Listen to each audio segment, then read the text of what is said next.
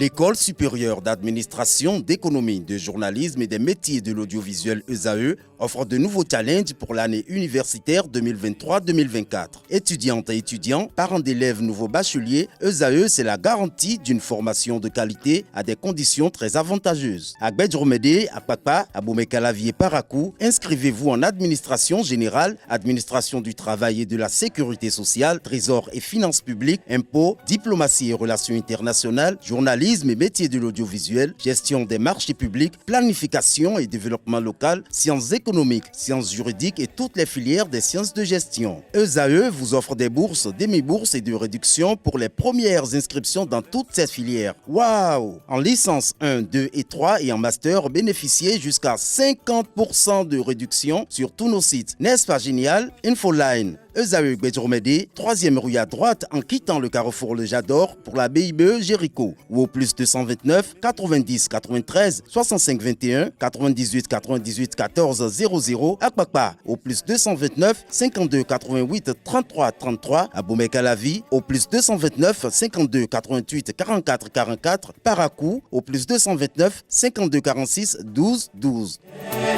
ESAE, l'excellence à un an.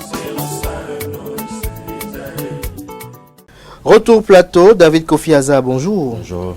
Vous êtes prêtre de phare, président du Conseil national des cultes endogènes, grand maître de l'authentique universel ordre de la Reine-Mère au Nord. Merci d'être avec nous ce matin. Ce jour, on parle du nom, du sens du nom. Atifa Olafa, bonjour à nouveau. Bonjour à nouveau.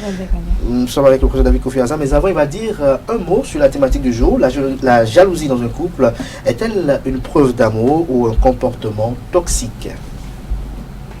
David Kofiaza. La jalousie dans le couple, est-ce une preuve d'amour? Ou un comportement toxique? C'est tout sauf une preuve d'amour. La jalousie n'a rien à voir avec l'amour. Non, c'est une hérésie. L'amour, nous avons deux types d'amour. Voilà. Il y a les amours humains et les amours divins. Au niveau de l'amour de façon générale, c'est la recherche permanente de la satisfaction de son partenaire. C'est ça l'amour. C'est une recherche permanente de la satisfaction de son partenaire. En quoi, si je suis dans une recherche permanente de la satisfaction de mon partenaire, en quoi vais-je encore devenir possessive ou possessif ou encore nuisible, puisque nous savons que la jalousie ne fait rien de bon au fait. C'est un débordement de colère par la peur de perdre quelque chose. Donc la jalousie implique forcément la possessivité. Et cette possessivité-là est forcément nuisible. Parce que quand on s'inscrit dans la possessivité, c'est qu'on s'inscrit dans la peur de ne pas perdre quelque chose qu'on estime que c'est cher. Alors, on dit généralement, ce que je crains, c'est ce qui m'arrive. Ce que vous craignez, c'est ce qui vous arrive. Mais pour vous, en d'autres termes, c'est quoi la jalousie, concrètement? La jalousie, c'est juste une émotion.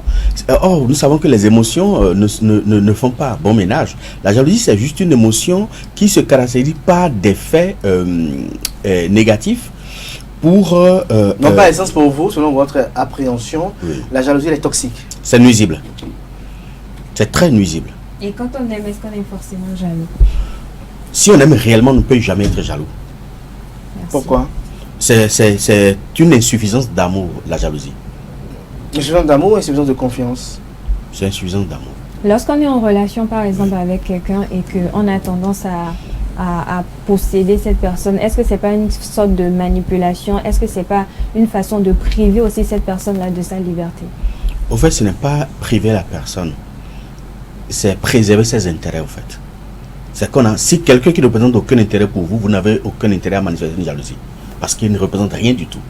Si on fait la jalousie, c'est qu'on préserve quelque chose et qui a forcément un intérêt. Soit l'intérêt peut-être de rester madame dans la maison ou monsieur dans la maison, ou l'intérêt ou la volonté de préserver peut-être la petite fortune du monsieur ou de madame, parce que l'homme aussi fait la jalousie par rapport à la femme, mais pas parce qu'il l'aime forcément, non. La jalousie n'a rien à voir avec l'amour. Je peux être jaloux de quelqu'un sans ne jamais pouvoir l'aimer, puisque la femme peut vivre 20 ans avec un homme et ne jamais l'aimer.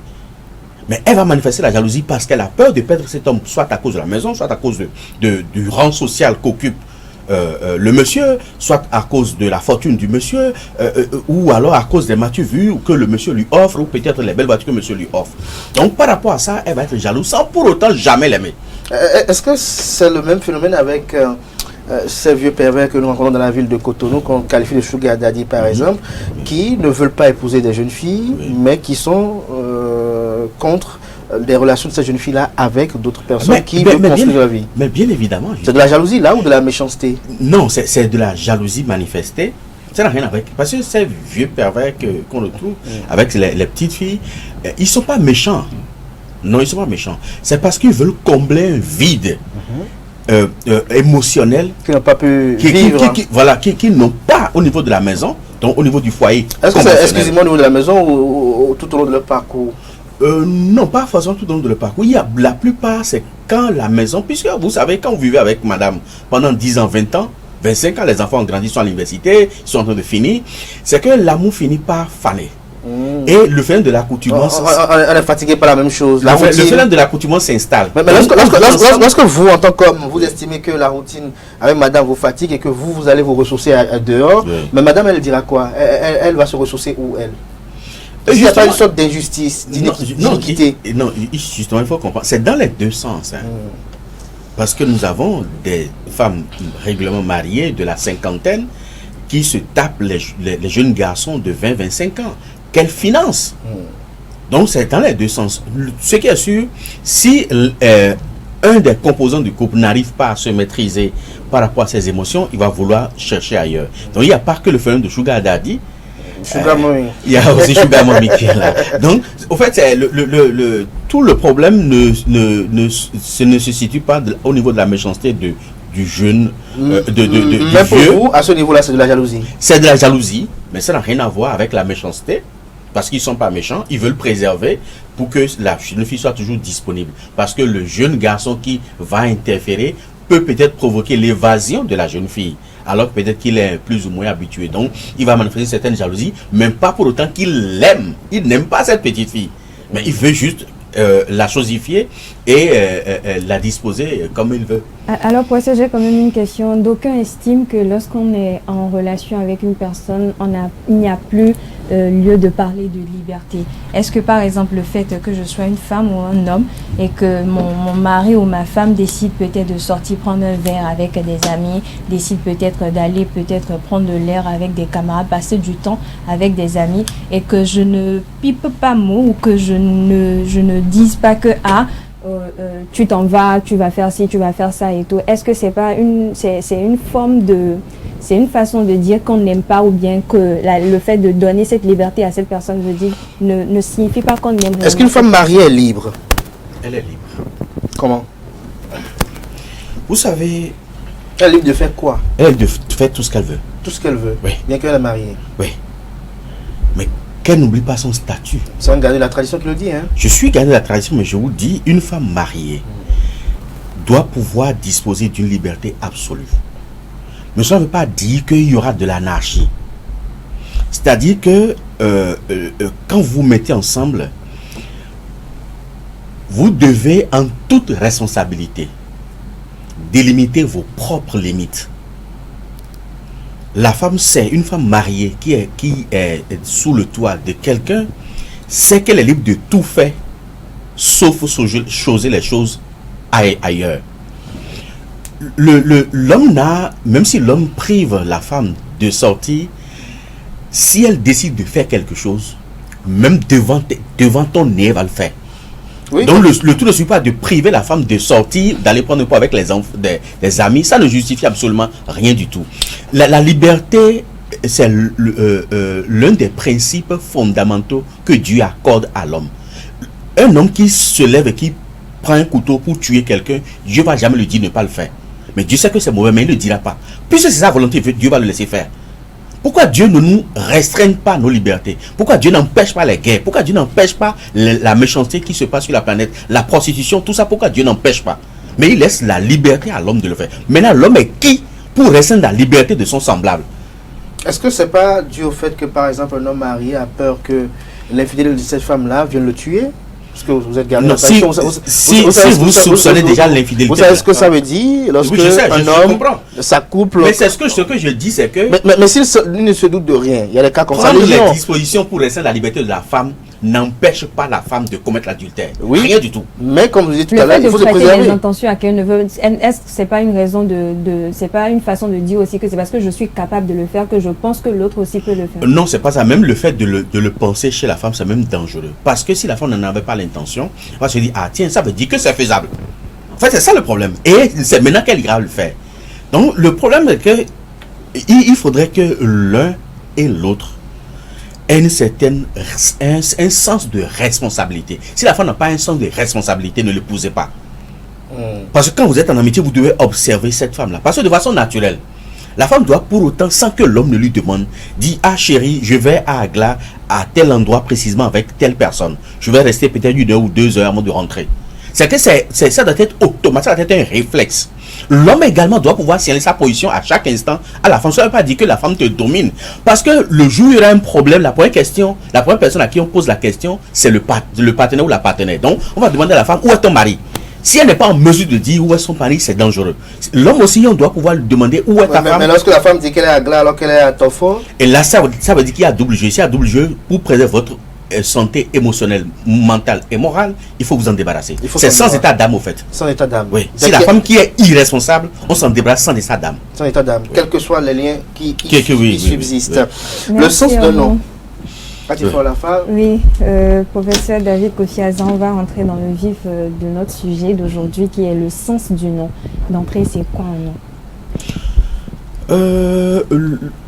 D'abord, il faut dire que tout ce qui n'existe pas n'a pas de nom. Tout ce qui n'existe pas n'a pas de nom. Donc si quelque chose dispose d'un nom, c'est parce que la chose existe. Ça veut dire quoi? Ça veut dire que le nom, c'est le langage qui ramène le non-être à être. C'est ce qui n'existe pas. C'est le nom qui l'identifie pour lui donner une forme, pour lui donner une existence. Donc, c'est le premier symbole de l'existence de quelque chose ou de quelqu'un. Donc, je dis quelque chose parce que les choses et les êtres ont de nom. C'est pour ça qu'ils existent. Donc, c'est la formule consacrée qui désigne, soit de façon profane ou de façon initiatique ou spirituelle, quelque chose qui existe. Et cette quelque chose-là, ça peut être un homme, ça peut être une divinité, ça peut être un arbre, ça peut être les minéraux, ça peut être les animaux ou les végétaux, ainsi de suite. Donc, le nom, pour résumer, c'est le symbole ou la désignation d'un non-être vers l'existence. Et c'est quoi sa symbolique? Sa symbolique, c'est que c'est la première source d'influence des choses et des êtres. Parce que le nom que vous portez ou le nom que quelque chose porte est sa première source d'influence. Je prends par exemple le cas des végétaux. Quand je prends par exemple les feuilles, il y a une feuille par exemple qu'on appelle, presque toutes les feuilles, on appelle par exemple lidjima. Nous on dit lidjima, mais les Nagos disent Feli-Jimi, qui veut dire pardonne-moi. Pardonne-moi. Bon. Quand vous prenez cette feuille-là, et que vous êtes en colère peut-être ou en démêlé avec votre mari, il a piqué une crise de colère parce que vous avez peut-être commis des impairs et tout ça, vous prenez cette feuille-là et, fraîche bien sûr, vous triturez et puis vous enlevez une petite partie de votre poil pubien, vous mettez dessus, vous mettez la feuille dans les yeux. La seconde où votre mari vous voit là, il est refroidi. Automatiquement. C'est tout comme si le palabre n'a jamais existé.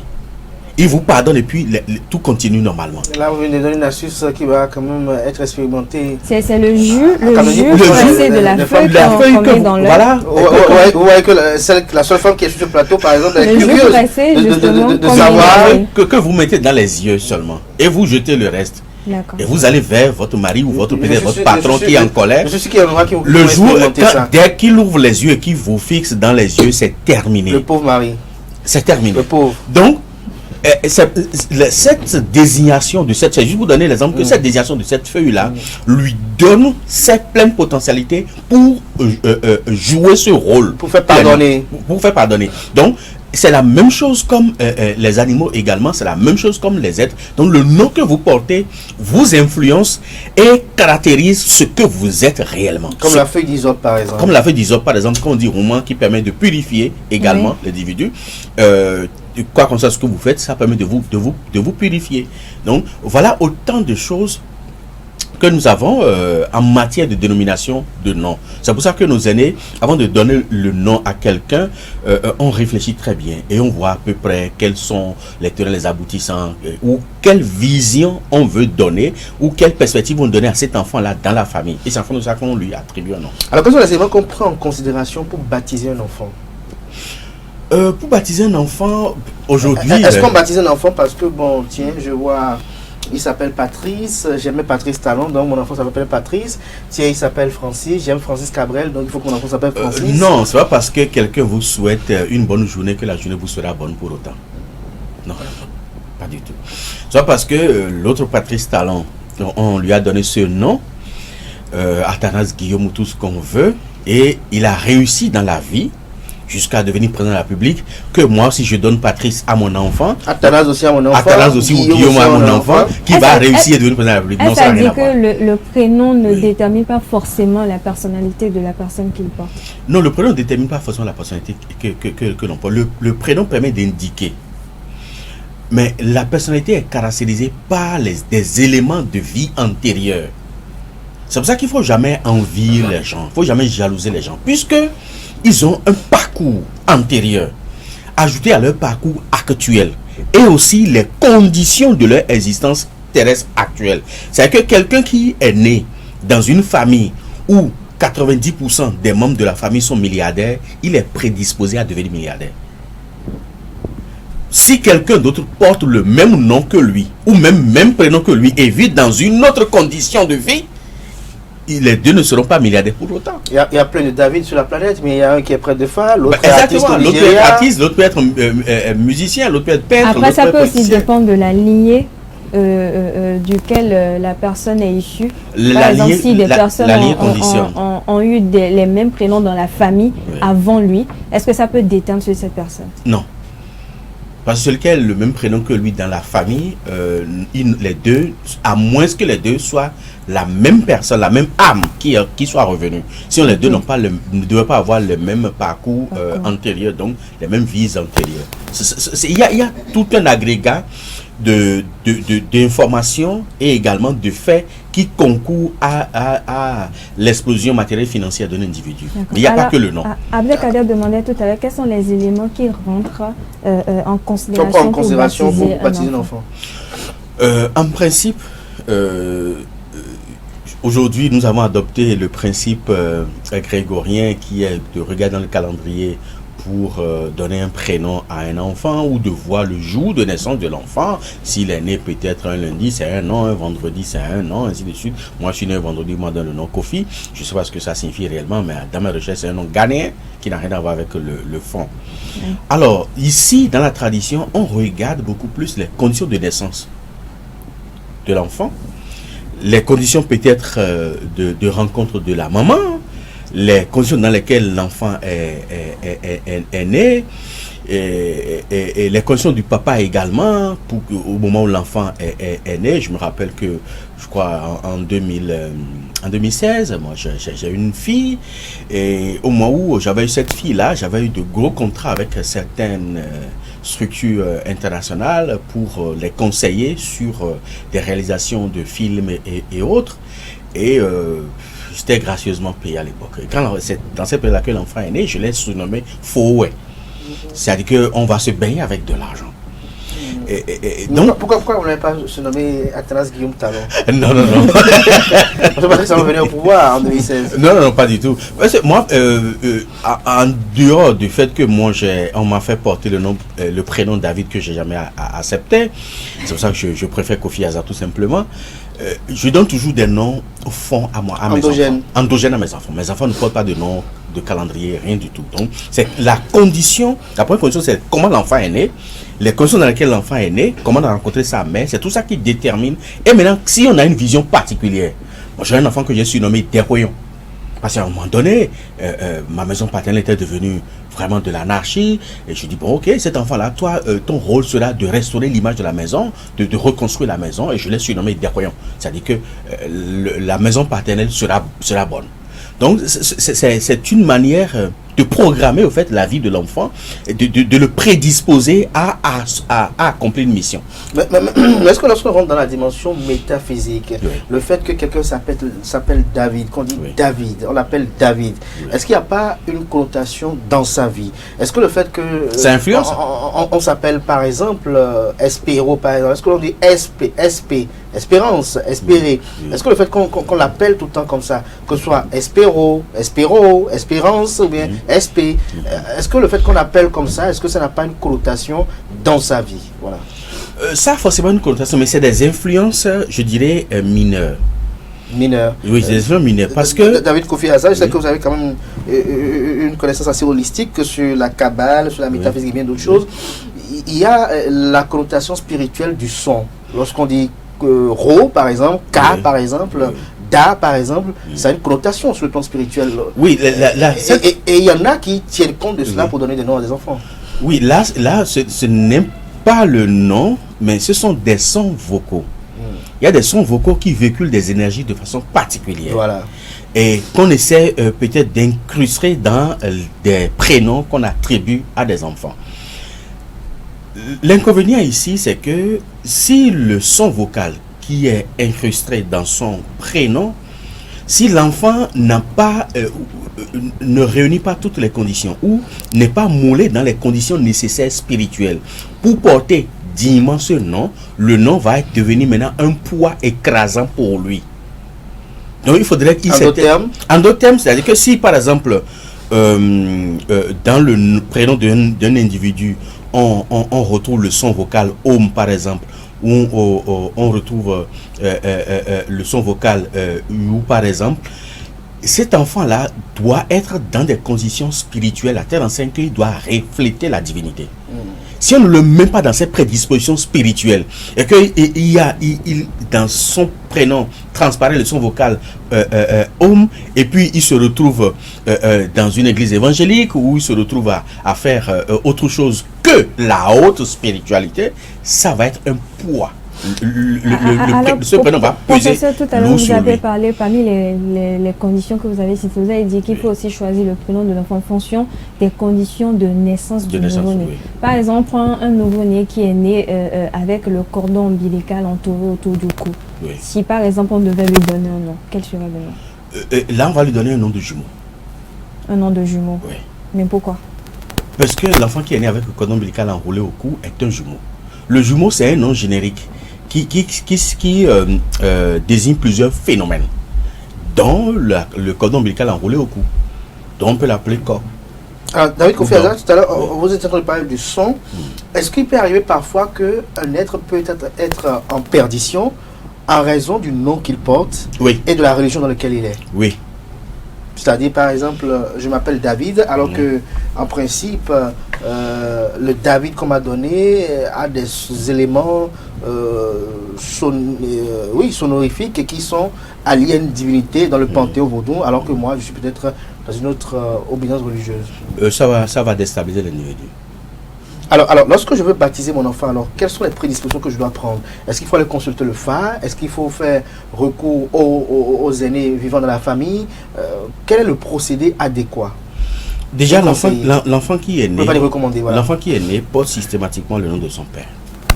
Le nom de famille. Le nom de famille de son père. Aujourd'hui, avec la législation au Bénin, on permet de porter aussi le nom de sa maman. Oui, mais c'est qu'on est en train de retourner au système, au régime matriarcal, qui peut être également nuisible. Nuisible comment? Vous savez, il s'est passé beaucoup de choses à telle enseigne que on a depuis près de 2000 ans, on a décidé de basculer au régime patriarcal. Parce que le régime matriarcal, c'était le régime d'origine. Mais cela fait que ça donnait la liberté à la femme de choisir le géniteur de son enfant.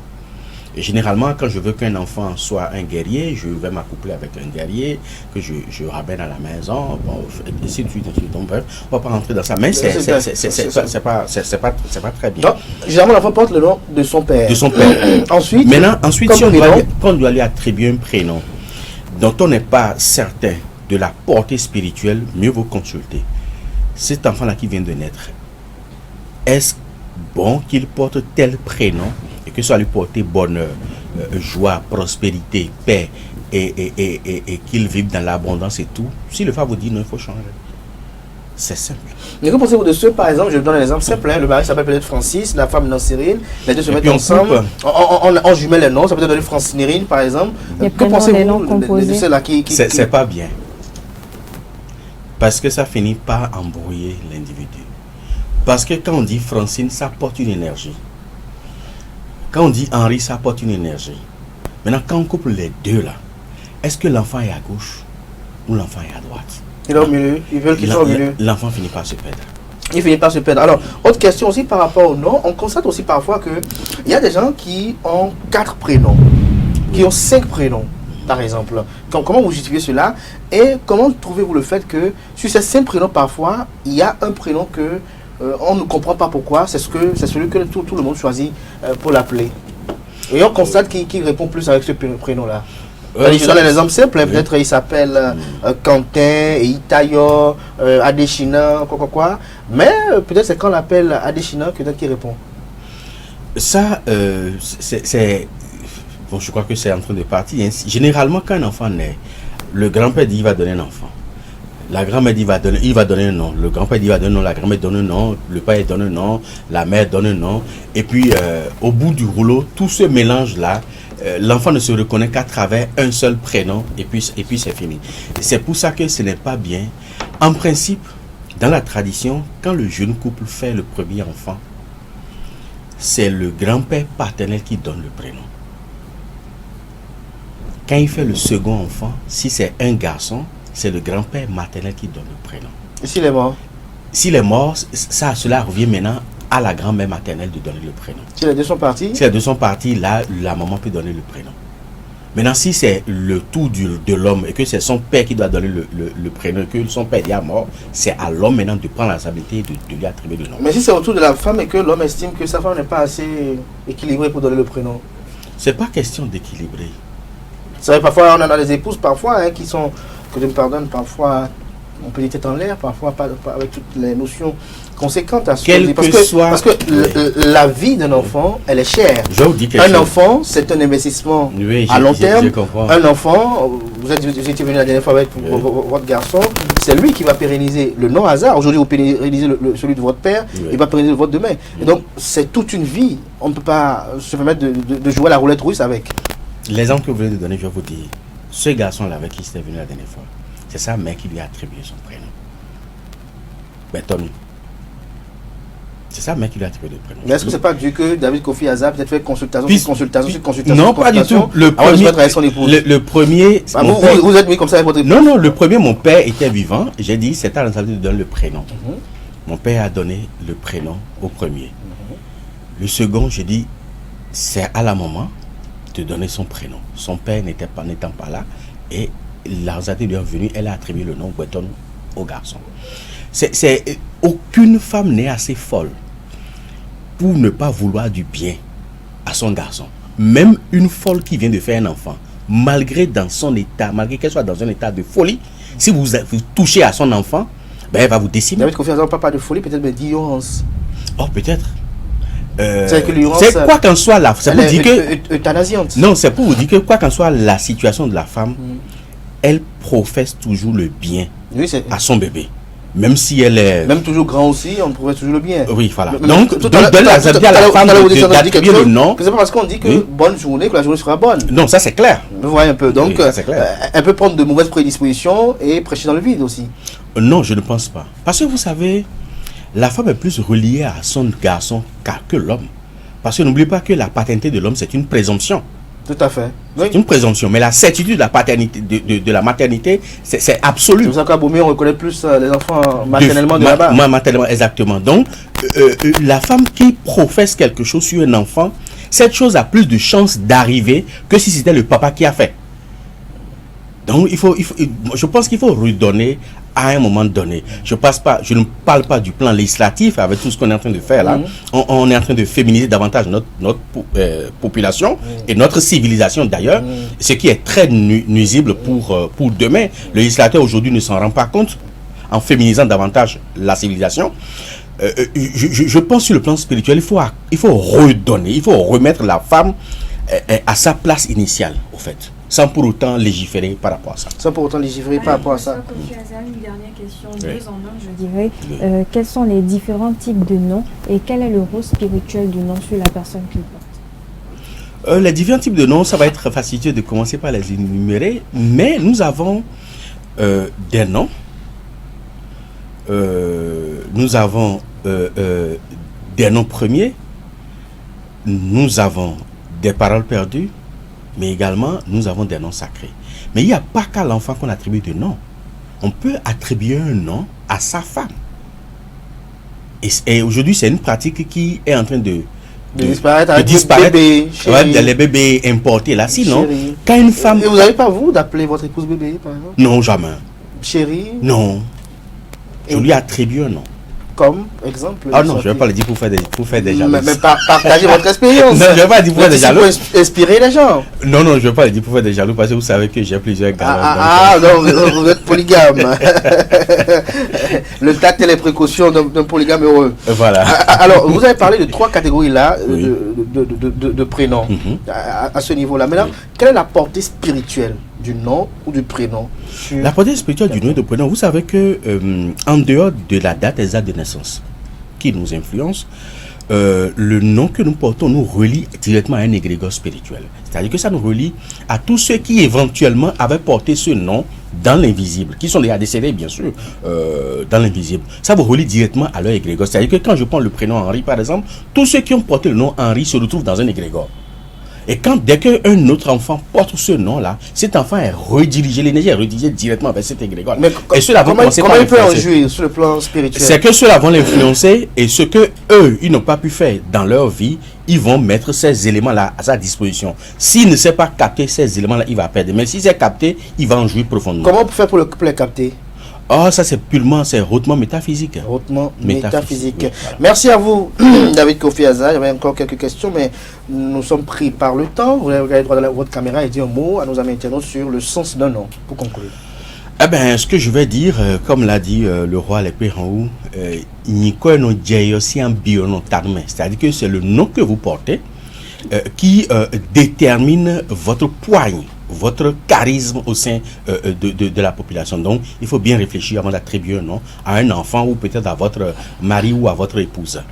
Merci à vous, David Kofi Aza. Je rappelle que vous êtes prêtre de Fa, président du Conseil national des cultes endogènes, le CONACEB, également grand maître de l'authentique universel ordre de la Reine-Mère, en or. Merci à vous, David Kofi Aza, une fois encore. Merci à vous, Atifa Olafa, de rester avec moi tout au long de cet entretien. Merci à vous, chers amis internautes, pour l'attention accordée à ce programme télé sur Usaï TV. On se retrouve demain, bien évidemment, avec la une des journaux, la pensée du jour et peut-être dans le panel de discussion. Mais l'émission sera dirigée demain par Nansérine Fatoumbi. Elle vous donne rendez-vous, si tout va bien, demain à 7h précises.